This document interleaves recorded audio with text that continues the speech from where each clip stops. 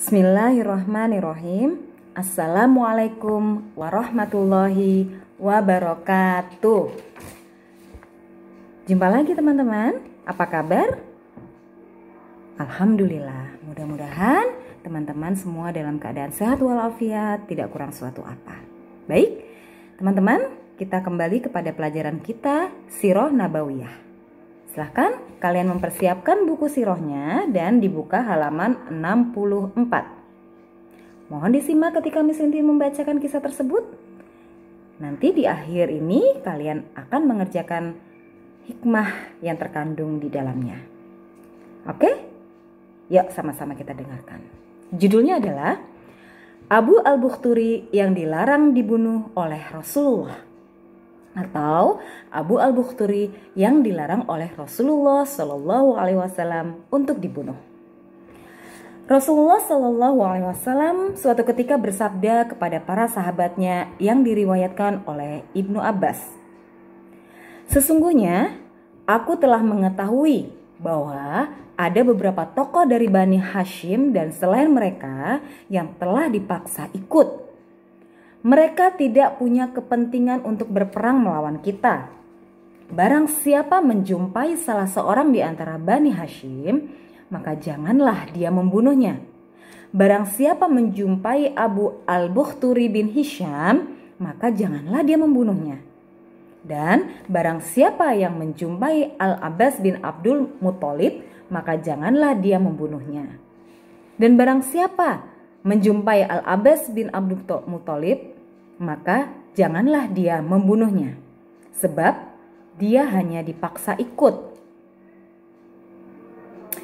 Teman-teman, kenapa sih Abu al-Bukhturi dilarang dibunuh oleh Rasulullah Shallallahu Alaihi Wasallam pada perang Badar? Padahal dia berada di posisi musuh kaum muslimin. Begini ceritanya. Pada suatu hari, Abu Jahal berjumpa dengan Hakim bin Hizam. Beliau adalah keponakan Khadijah, istri Rasulullah, yang diam-diam sedang bersama budaknya mengangkut gandum ke tempat isolasi Bani Hashim yang sedang mengalami pemboikotan oleh masyarakat Quraisy Mekah. Abu Jahal pun menghadangnya dan melarang perbuatan Hakim sambil mengancamnya. Kebetulan lewatlah Abu al-Bukhturi bin Hisham. Lalu ia mendatangi mereka. "Apa masalahmu dengannya?" tanya Abu al-Bukhturi. "Dia mau mengantarkan makanan kepada Bani Hisham," jawab Abu Jahal. Abu al-Bukhturi lantas menukas. "Makanan ini awalnya milik bibinya. Bibinya telah mengirimkan kepadanya.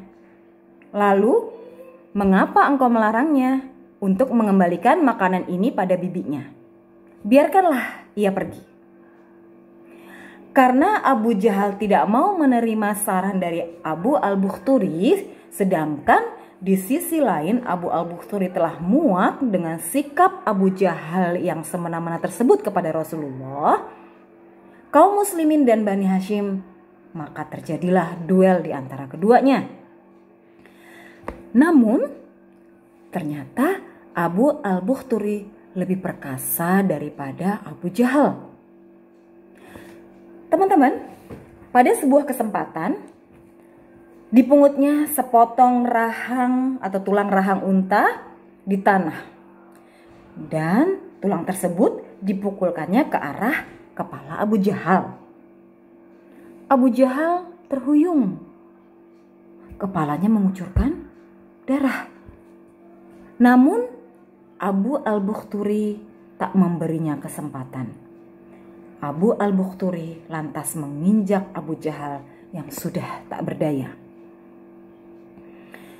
Teman-teman, jika kita menganalisa atau memperhatikan sumber perselisihan antara Abu Jahal dan al-Bukhturi tadi, ini merupakan kebijakan Abu Jahal dan para pemimpin Quraisy untuk memboikot atau tidak mengizinkan Rasulullah dan para pengikutnya beserta Bani Hashim yang melindunginya mendapatkan bahan pangan. Nah, kejadian ini terekam dengan jelas dalam Sirah Ibnu al-Hisham. Abu al-Bukhturi bukanlah seorang muslim, Kak. Dia hanyalah salah satu warga Makkah dan saudagar sama seperti Abu Jahal. Dia juga bukanlah anggota keluarga Rasulullah dari Bani Hashim. Namun hati kecilnya terusik, Kak, melihat penderitaan Bani Hashim dan kaum muslimin. Pemboikotan telah membuat mereka tak memiliki akses sosial ekonomi, sehingga mereka mengalami kelaparan dan penderitaan yang luar biasa. Mungkin awalnya Abu al-Bukhturi itu gak peduli. Namun ketika hati kecilnya masih menyisakan sebuah ruang untuk yang namanya keadilan, maka ia terdorong untuk melakukan pembelaan terhadap Rasulullah dan kaum muslimin. Al-Bukhturi adalah salah seorang yang memotori dihapuskannya naskah pemboikotan terhadap Bani Hashim. Maka setelah itu berakhirlah pemboikotan tersebut. Meskipun Abu al-Bukhturi tetap dalam kekafirannya hingga ia meninggal dalam perang Badar. Kisah di atas adalah jawaban, Kak, kenapa Rasulullah SAW melarang Abu al-Bukhturi dibunuh pada waktu perang Badar. Walaupun nantinya akhirnya beliau tetap terbunuh juga karena dia sendirilah yang menginginkan, bukan merupakan inisiatif dari kaum muslimin. Demikian Sirah Nabawiyah untuk kali ini yang bisa Cindy sampaikan kepada kalian. Nah, tugas kalian sekarang adalah silakan mengambil pensil dan tulislah hikmah apa yang bisa kalian ambil setelah mendengarkan kisah yang sudah dibacakan tadi. Silahkan ditulis ya, Kak, ya. Semakin banyak kisah yang hikmah yang kalian dapatkan, semakin baik nilai yang kalian dapat. Demikian, mohon maaf mungkin ada kesalahan yang bisa disampaikan. Mudah-mudahan bisa menjadi ilmu yang bermanfaat buat kalian. Lebih dan kurangnya Cindy akhiri dengan sama-sama yuk kita baca hamdalah. Alhamdulillahirabbil alamin. Subhanakallahumma wa bihamdika asyhadu alla ilaha illa anta astaghfiruka wa atubu ilaik. Billahi taufik wal hidayah. Assalamualaikum warahmatullahi wabarakatuh.